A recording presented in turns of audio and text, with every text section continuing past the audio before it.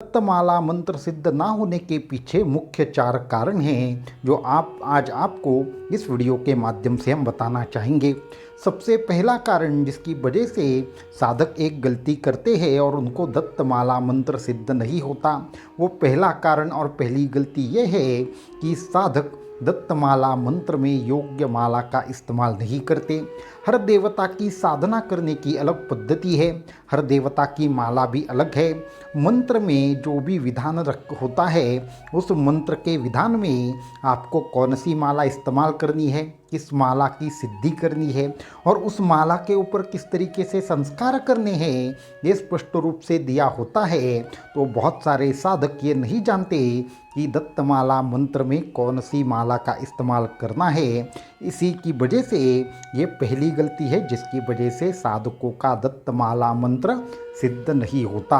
अभी हम दूसरी गलती के बारे में बताना चाहेंगे जो बहुत सारे साधक नहीं जानते, क्योंकि गुरु के माध्यम से जब आपको दत्तमाला मंत्र की साधना प्राप्त होती है उसमें अनेक प्रकार के ऐसे सूक्ष्म आयाम हैं जिसके बारे में हमें गुरु बताते हैं, परंतु ये भी दूसरी गलती साधक करते हैं क्योंकि उनको ठीक से पता नहीं होता कि दत्तमाला मंत्र का अनुष्ठान कैसे करना है।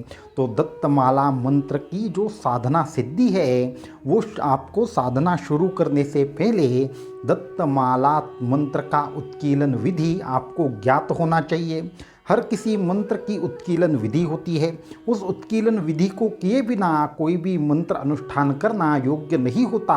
अगर आपको मंत्र अगर गुरु से प्राप्त हुआ है तो ही वो उत्कीलन करने की आवश्यकता उस मंत्र को नहीं रहती, परंतु साधक जब भी अपने आप ही मन से किसी पुस्तक से उठाकर अगर कोई साधना करते हैं तो उस मंत्र के ऊपर एक विशेष प्रकार का कीलन लगा होता है।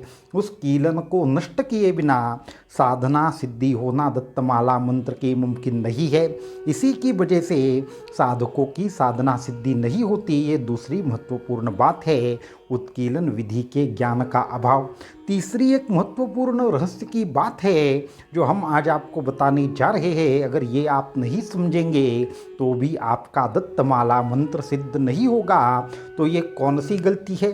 तो ये गलती है कि तंत्र शास्त्रों के नियमों की साधकों को पूरी तरीके से जानकारी नहीं होती। साधक सोचते हैं कि हमारे मन के अंदर भक्ति है, भाव है, तो हम कहीं पे भी जाकर साधना में बैठेंगे और साधना करते हुए उन विशेष तरीके की अनुभूति हमें आएगी अगर मन में हमारे संपूर्ण श्रद्धा है।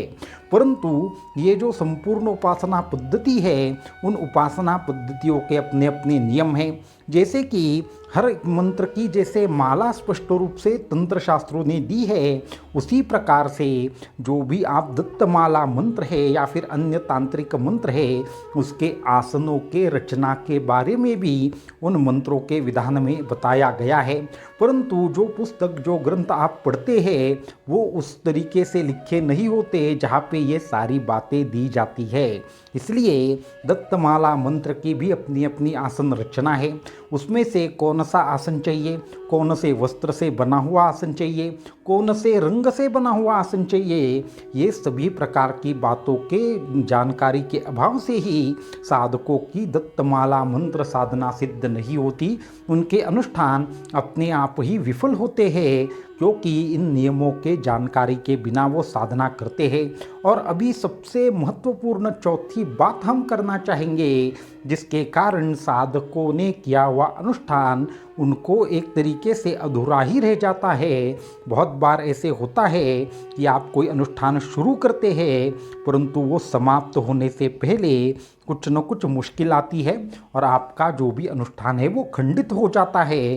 तो ये खंडित किन कारणों की वजह से होता है? तो इन चौथी गलती की वजह से ही आपका अनुष्ठान खंडित होता है। और उसमें सबसे महत्वपूर्ण यह है कि न्यास और मुद्राओं के ज्ञान के बिना आप जब तांत्रिक अनुष्ठान करने लगते हैं तो आपका अनुष्ठान खंडित होता है। आखिर ऐसा क्यों होता है? क्योंकि जब आप मुद्राएं या न्यास करते हैं तो न्यास और मुद्राएं आपके आजू बाजू में एक ऐसा कवच निर्माण कर देती है कि जो बाहरी शक्तियाँ बाहरी बाधाएं, बाहरी जो भी आपको जो परेशानियां होगी उनको सभी तरीके से आपके जीवन में आने से रोकने का कार्य ये मुद्राएं और ये संपूर्ण न्यास वगैरह जो भी तंत्रों ने कहा है वो हमें संरक्षण देने का कार्य करते हैं। परंतु आप अगर बिना न्यास के, बिना उन सभी मुद्राओं के ज्ञान के अगर आप तांत्रिक अनुष्ठान करने लगते हैं तो आपके आजू बाजू में बसने वाली कुछ निगेटिव शक्तियाँ या निगेटिव ऊर्जाएं आपकी साधना को खंडित करती है और आपका सभी तरीके से अनुष्ठान विफल होता है। तो ये चार महत्वपूर्ण बातें जो आपका जो भी दत्तमाला मंत्र का अनुष्ठान है वो आपका एक तरीके से निष्क्रिय कर देती है। इसलिए इन सब चीज़ों का ज्ञान पहले प्राप्त करें और उसके बाद दत्तमाला मंत्र जैसे अनुष्ठान करें। आपके ऊपर भगवान दत्तात्रेय की अखंड कृपा अवश्य होगी। अवधूत चिंतन श्री गुरुदेव दत्त।